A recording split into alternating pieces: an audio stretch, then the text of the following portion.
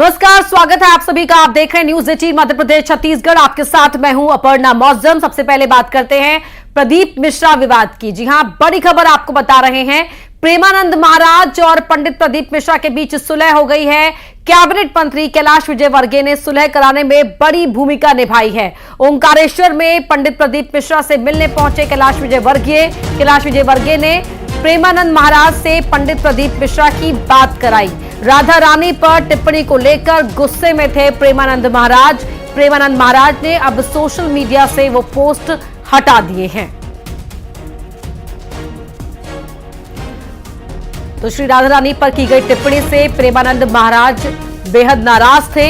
हालांकि बाद में पंडित प्रदीप मिश्रा की सफाई भी आई थी और कहा था कि मेरी बात को तोड़ मरोड़ कर पेश किया गया है और पंडित प्रदीप मिश्रा विवाद को सुलझाने में प्रेमानंद महाराज और पंडित प्रदीप मिश्रा के बीच सुलह कराने में बड़ी भूमिका निभाई है यहां कैलाश विजयवर्गीय ने। कैबिनेट मंत्री कैलाश विजयवर्गीय ने ओंकारेश्वर में पंडित प्रदीप मिश्रा से मुलाकात की तस्वीरें आपके टीवी स्क्रीन पर हैं और फिर प्रेमानंद महाराज से बात करवाई प्रदीप मिश्रा की, जिसके बाद पंडित प्रदीप मिश्रा पर की गई अपनी टिप्पणी को प्रेमानंद महाराज ने सोशल मीडिया से हटा दिया है।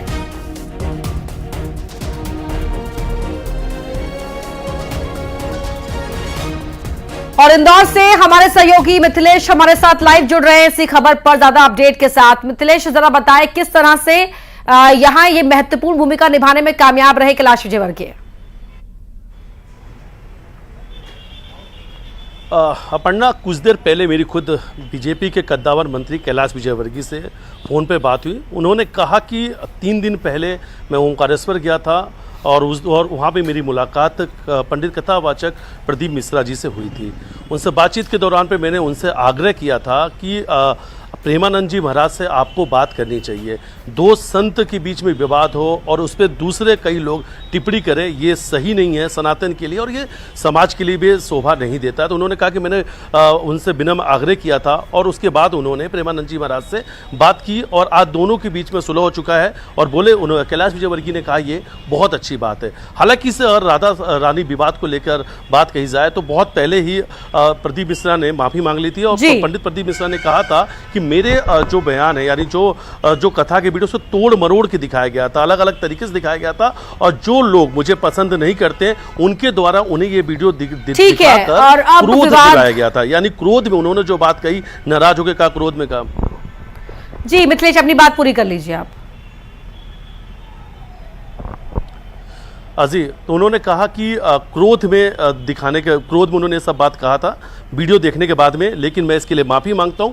मैंने कुछ भी ऐसा नहीं कहा था जिस तरीके से उस पूरे वीडियो को दिखाया गया था। लेकिन कैलाश विजयवर्गीय जो है उन्होंने महत्वपूर्ण भूमिका निभाई है और दोनों ही संतों में जिस तरीके से विवाद चल रहा था, वो जो विवाद है वो पूरी तरीके से उस विवाद में पटाक्षेप हो चुका है। वो विवाद जो है पूरा खत्म हो चुका है। प्रेमानंद महाराज जी ने सोशल मीडिया से सारे पोस्ट हटा लिए हैं और कैलाश विजयवर्गीय ने कहा कि इसके लिए सिर्फ और सिर्फ मैंने पंडित मिश्रा जी से विनम्र आग्रह किया था। तो जो बीत गई सो बात गई। अच्छा हुआ कि जो ये विवाद था वो उसका अंत हो गया है। बहुत शुक्रिया आपका मिथिलेश इस पूरी जानकारी के लिए। मध्य प्रदेश के 1 लाख बुजुर्गों को Indira Gandhi old age pension योजना का लाभ नहीं मिल सकेगा। एमपी सरकार ने उन्हें हर महीने मिलने वाली 600 रुपए की पेंशन बंद कर दी है। दरअसल सामाजिक न्याय विभाग ने योजना से जुड़े हुए सभी बुजुर्गों के दस्तावेजों की जांच की। इस दौरान जिन बुजुर्गों के नाम, पते, आयु और लिंग आधार के मुताबिक नहीं मिले, उन्हें इस स्कीम से बाहर कर दिया गया। इन बुजुर्गों की जैसे ही प्रोफाइल अपडेट हुई, वो स्कीम के लिए अपात्र हो गए। इसके बाद सरकार ने पेंशन बंद करने का आदेश भी जारी कर दिया। आदेश में कहा गया है कि अगर इन सभी बुजुर्गों को ये पेंशन लेनी है तो फिर से वो आवेदन करें, साथ ही वो खुद ही ये बताए कि वो इस पेंशन के लिए पात्र हैं।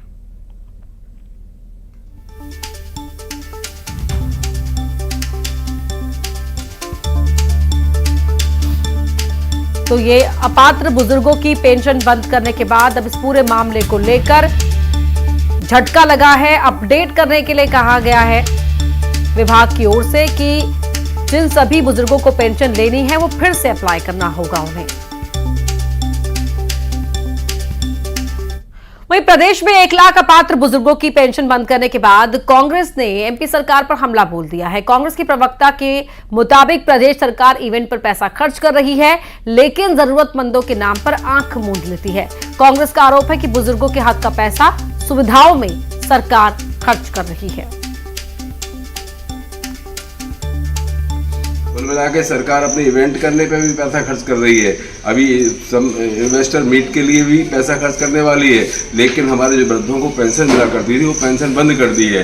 वैसे ही मध्य प्रदेश सरकार कर्जे में दबी हुई, लेकिन अपने खर्च कम कर नहीं रही है, लेकिन वृद्धों के हक का पैसा अपनी योजनाओं में और अपनी सुविधाओं में खर्च करने पर तुले हुए हैं।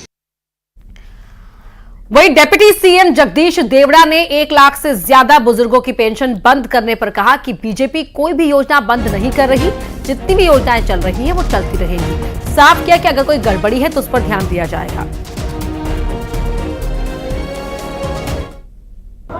कांग्रेस कब से कह रही है कि योजनाएं बंद हो रही है, वो हो रही है, ये हो रही है। मुझे नहीं लगता है कांग्रेस ने खुद ने योजनाएं बंद करने का काम किया। जब कमलनाथ जी बैठे थे उस समय आपको पता होगा कि मध्य प्रदेश सरकार के पूर्व मुख्यमंत्री शिवराज सिंह जी बैठे थे उस समय योजनाएं। उसके बाद में जब वो बैठे तो उन योजनाओं को बंद करने का काम किया था। हमने कोई योजनाएं बंद करने का काम किया नहीं, और मुझे पूरा भरोसा है कि कोई भी योजना बंद नहीं होगी, यथावत योजनाएं चालू रहेगी। सर कह रहे हैं कि आपने बुजुर्गों की पेंशन बंद कर दी, आपकी सरकार ने जानबूझ के। कोई योजनाएं, कोई पेंशन बंद नहीं की है। अगर कहीं किसी प्रकार का कोई विषय आया है तो उस पर गंभीरता से हम विचार करेंगे।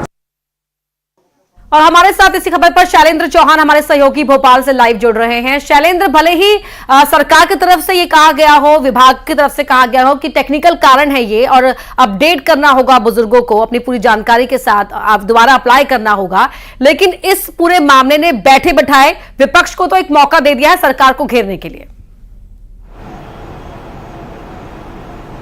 हाँ देखिए, बिल्कुल सामाजिक न्याय विभाग ने जैसे ही 1 लाख बुजुर्गों की पेंशन बंद करने के आदेश निकाला, उसके बाद से इस मामले ने तूल पकड़ लिया है, क्योंकि इसमें पात्र और अपात्र इनका अभी क्राइटेरिया तो जो है वो आधार से लिंक का है, लेकिन बुजुर्ग भी इसमें दुखी है क्योंकि 600 रुपए की जो पेंशन मिलती है वो उनके लिए काफी मददगार होती है। और उसके बाद अब कांग्रेस हमलावर है, कांग्रेस इसे इवेंट से जोड़ रही है और सवाल उठा रही है कि जब बड़े इवेंट करना हो, मंत्रियों के आलीशान बंगले बनाना हो, उनके लिए बड़े प्रोजेक्ट्स लाना हो, तो सरकार बजट की चिंता नहीं करती है। लेकिन यहां पर आधार लिंक करने के आधार पर एक क्राइटेरिया खड़ा किया गया और उसके नाम पर बुजुर्गों की पेंशन बंद दी गई। अब इन बुजुर्गों का क्या होगा, इस पर सरकार को सोचना होगा। अब डिप्टी सीएम जब जगदीश देवड़ा से बात की गई तो उन्होंने स्पष्ट किया है कि पेंशन के मामले को देखा जाएगा, विषय गंभीर है। तो निश्चित ही ऐसा लगता है कि यह मामला तूल पकड़ने के बाद फिलहाल इस पर शासन प्रशासन कोई निर्णय ले, कोई गाइडलाइन जारी करे, इस तरह का कोई कैंप लगाए या कुछ ऐसी सार्वजनिक सूचना जारी करे ताकि जो बाहर हो गए इस पेंशन की पात्रता से उन्हें वापस एक मौका मिले, वो आवेदन कर सके और आवेदन के बाद वो अगर पात्र है तो बनाना होगा और रीचेबल बनाना होगा उन तमाम बुजुर्गों के लिए जिनके नाम कट गए हैं टेक्निकलिटीज के चलते। बहुत शुक्रिया फिलहाल इस जानकारी के लिए, लेकिन शैलेंद्र आप बने रहिए हमारे साथ, अगली कुछ और खबरों पर भी आपसे बातचीत होगी।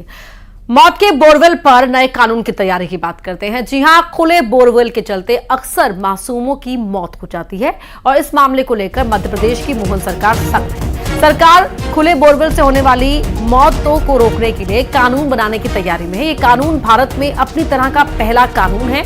कानून में खुले या सूखे बोरवेल को ढूंढने और उन्हें बंद न करने वालों पर सख्त जुर्माना लगाने की बात कही गई है। अगर बोरवेल किसी की प्राइवेट प्रॉपर्टी पर है तो जमीन के मालिक पर जुर्माना लगेगा और अगर सरकारी जमीन पर है तो संबंधित विभाग और अधिकारी पर जुर्माना लगेगा। विधेयक अगले महीने विधानसभा के बजट सत्र में पेश किया जाएगा।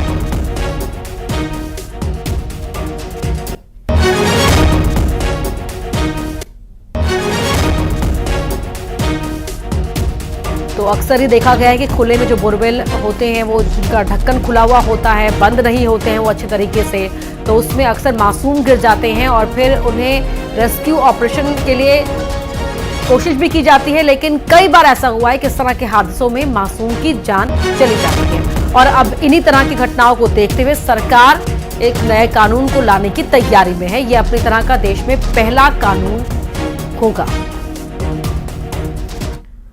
खुले बोरवेल को लेकर सीएम डॉक्टर मोहन यादव के निर्देश पर पीएचई नया कानून बनाने जा रही है। ये कानून ऐसा बन रहा है जो कि अभी तक किसी और राज्य ने नहीं बनाया है। कैबिनेट मंत्री संपत्तिया उइके के मुताबिक सभी विभागों के वरिष्ठों की एक समिति बनाई गई है जिसने कड़े कानून के प्रावधान किए हैं। निकले माननीय मुख्यमंत्री जी ने निर्देश किया है, वो बहुत जल्दी एक्ट बनेगा, कानून बनेगा। उस कानून में प्रावधान रखे हैं कि जो भी बोरिंग करने वाले ठेकेदार होगा वो जिम्मेदार होगा। यदि वो बोरिंग करता है तो क्रेसिंग पूरा डाले, और यदि वहाँ पे पानी नहीं निकलती है तो ऐसी स्थिति में उस बोरिंग को वहाँ मुर्रम के माध्यम से, मलमे के माध्यम से वहाँ पे पूरा आसपास पैक करेंगे और वो ठेकेदार की जिम्मेदारी रहेगी। यदि पानी निकलती है तो ऐसी कंडीशन में पूरा क्रेसिंग पाइप ऊपर तक लाएं और वो क्रेसिंग पाइप को ना निकालें। शैलेंद्र चौहान हमारे सहयोगी लाइव जुड़े हुए हैं भोपाल से इसी खबर पर। शैलेंद्र, एक नया और सख्त कानून लाने की तैयारी है जो सराहनीय है, क्योंकि हमने देखा है कि किस तरह से मध्य प्रदेश में हमारे इस तरह के हादसे होते रहे हैं और मासूमों की जान गई है। शैलेंद्र भदौरिया बताएं।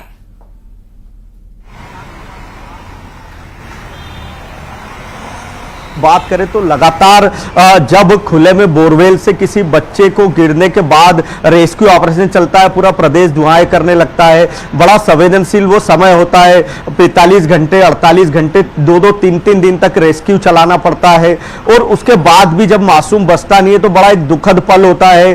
और एक कहीं ना कहीं ऐसा लगता था इसको लेकर कोई कानून बनना चाहिए, कोई पहल होना चाहिए। निश्चित ही हाईकोर्ट भी इसमें फटकार लगा चुका, लेकिन अब उसके बाद सीएम डॉक्टर मोहन यादव ने सख्ती के साथ इसको लेकर कहा था कि इसके लिए जल्द कानून बनाइए, प्रावधान लाइए, और अब सरकार उस पर अमल कर रही है। और जो मानसून सत्र जो है अब 1 जुलाई से शुरू होगा, उसमें इस नए कानून के जो नियम है बिल को पेश किया जाएगा।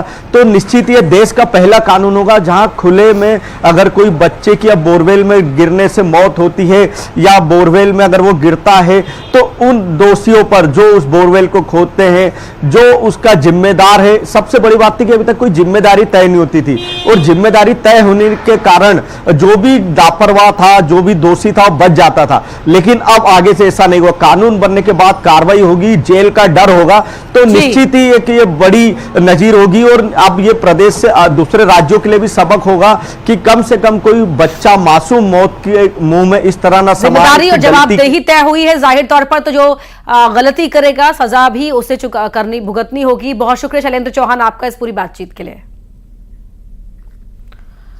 अमरवाड़ा उपचुनाव से जुड़ी बड़ी खबर का रुख कर रहे हैं। कमलनाथ की सहमति के बाद ही यहां उम्मीदवार कौन होगा उसका नाम फाइनल किया जाएगा। अब तक किसी नाम पर सहमति नहीं बनी है।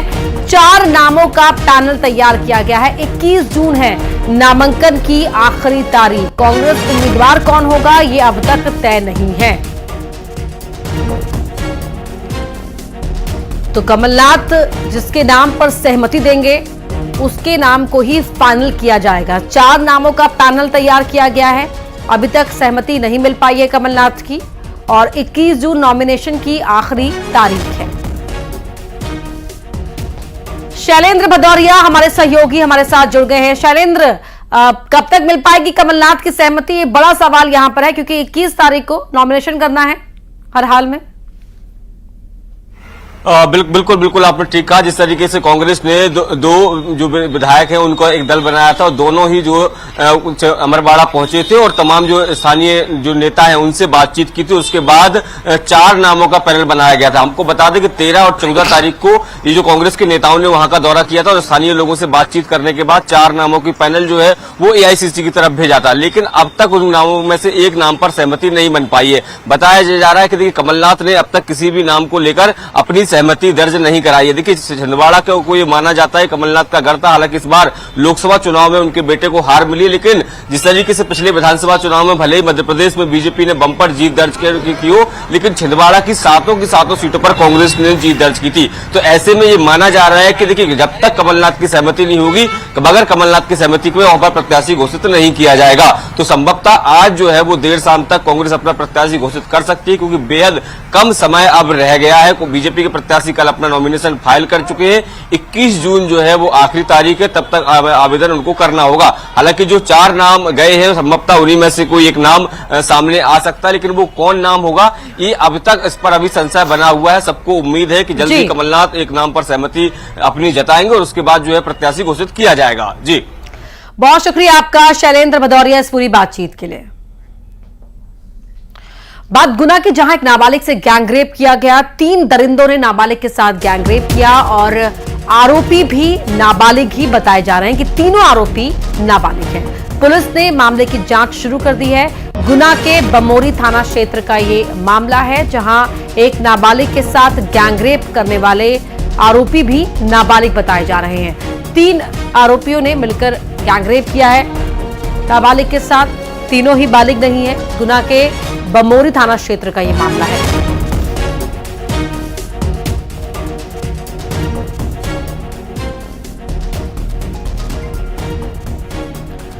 अशोक अग्रवाल गुना से हमारे सहयोगी हमारे साथ लाइव जुड़ रहे हैं। अशोक, कब की ये वारदात है, क्या कुछ कार्रवाई अब तक पुलिस की ओर से की गई है? देखिए, मैं आपको बता दूं, ये गुना जिले के बमोरी थाना इलाके की घटना है। वहां पर 13 वर्षीय ये मासूम बच्ची अपने मामा के यहाँ रहती है। उसके पिता का पूर्व में ही निधन हो चुका है। जब ये खलियान में भूसा लेने गई थी, उसी समय इसी की उम्र के 3 नाबालिगों ने इसे रोक लिया और उसके साथ दुष्कर्म की घटना को अंजाम दे दिया। जब बच्ची ने घर पर आकर के बताया, उसके बाद में बमोरी थाने जाकर इस मामले की रिपोर्ट दर्ज कराई गई है। बमोरी थाना पुलिस ने पास्को एक्ट सहित विभिन्न धाराओं में मामला दर्ज कर लिया है, लेकिन अभी तक नाबालिग बच्चों को गिरफ्तार हिरासत में नहीं लिया जा सका। उनकी तलाश की जा रही है। जी शुक्रिया आपका इस जानकारी के लिए अशोक। वहीं ग्वालियर में लैब टेक्नीशियन की पिटाई की गई है। पीटने वाले 2 भाई बताए जा रहे हैं। दोनों भाइयों ने डंडे से पिटाई की है। पिटाई का यह वीडियो सामने आया है जो सोशल मीडिया पर वायरल भी है। आप देख सकते हैं इन तस्वीरों में किस तरह से जो आरोपियों के हाथ में डंडा दिखाई दे रहा है, यहां सब मिलकर इस शख्स की पिटाई कर रहे हैं। कॉन्ट्रैक्ट कैंसिल होने से नाराज भाई, दोनों भाई हैं ये जिन्होंने एक शख्स को पीटा है बुरी तरह से। दोनों भाई ठेकेदारी का काम करते हैं। पुलिस ने मामला दर्ज कर लिया है, तलाश शुरू कर दी है। सुशील कौशिक हमारे सहयोगी जुड़ गए। सुशील, कब का ये मामला है, क्या कुछ कार्रवाई पुलिस की ओर से अब तक की गई है?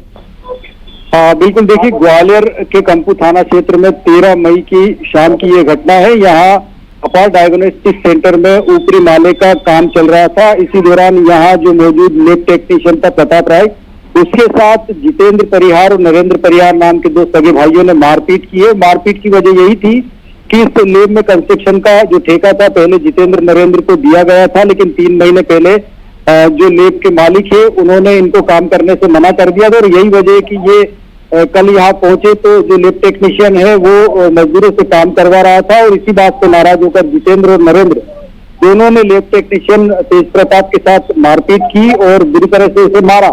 उसके बाद तेज प्रताप ने अपने जो अपार डायग्नोस्टिक सेंटर के मालिक है उनके साथ जाकर कंपू थाने में शिकायत दर्ज कराई है। इस घटना का सीसीटीवी पुलिस को सौंपा है। अब पुलिस ने जो दोनों जो भाई है मारपीट करने वाले, इनके खिलाफ विभिन्न धाराओं में केस दर्ज किया। दोनों की तलाश की जा रही है और प्रारंभिक तौर पर यही है कि कॉन्ट्रैक्ट जो कैंसिल किया था उससे नाराज होकर इसने जो टेक्नीशियन के साथ मारपीट की है।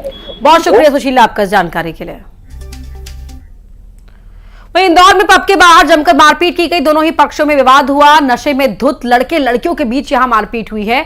मारपीट का यह वीडियो वायरल हो गया। तस्वीरें आप इंदौर की देख रहे हैं। यहां पर 2 ग्रुप से जिनके बीच झगड़ा हुआ है। इस ग्रुप में लड़के भी हैं, लड़कियां भी हैं और सभी लोग नशे में धुत बताए जा रहे हैं। तस्वीरें टीवी स्क्रीन पर है और अब ये वीडियो इंदौर का सोशल मीडिया पर वायरल हो गया है।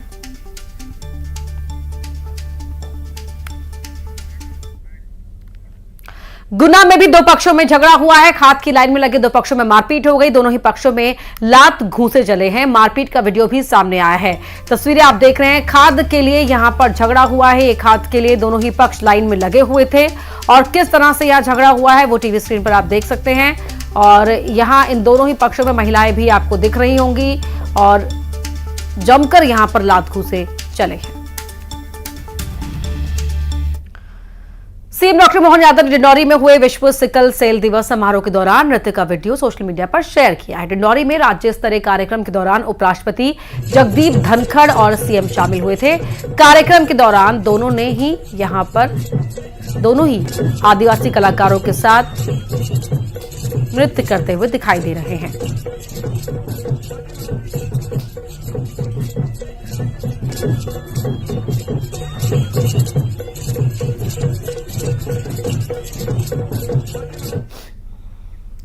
तो विश्व सिकल सेल दिवस है और इसी संबंध में रायपुर में एक कार्यक्रम भी चल रहा है, जहां मुख्यमंत्री विष्णुदेव साय पहुंचे हुए हैं। माननीय विधायक रायपुर उत्तर श्री पुरंदर मिश्रा जी, डॉक्टर पुजारी जी से अनुरोध है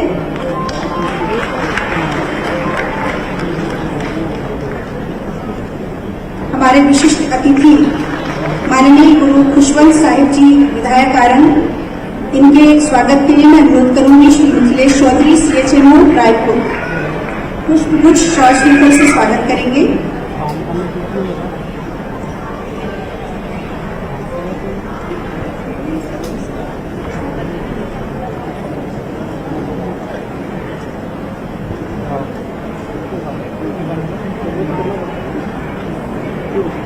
हमारे विशिष्ट अतिथि माननीय इंद्र कुमार साहू जी विधायक अमरपुर, इनके स्वागत के लिए मैं अनुरोध करूंगी डॉक्टर निधि ग्वालरे जी, नोडल अधिकारी सिकल सेल मिशन।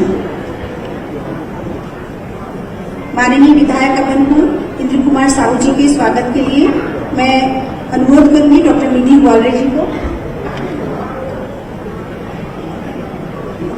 माननीय विधायक धरसीवा श्री अनुज शर्मा जी के स्वागत के लिए मैं अनुरोध करूंगी डॉक्टर निधि ग्वालरे जी को।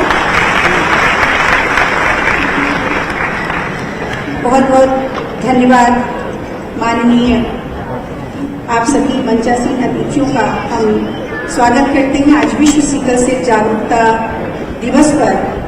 और अब मैं स्वागत भाषण के लिए सआदर आमंत्रित करती हूँ श्री सोनमणि बोरा जी को, प्रमुख सचिव अनुसूचित जाति और जनजाति विकास विभाग।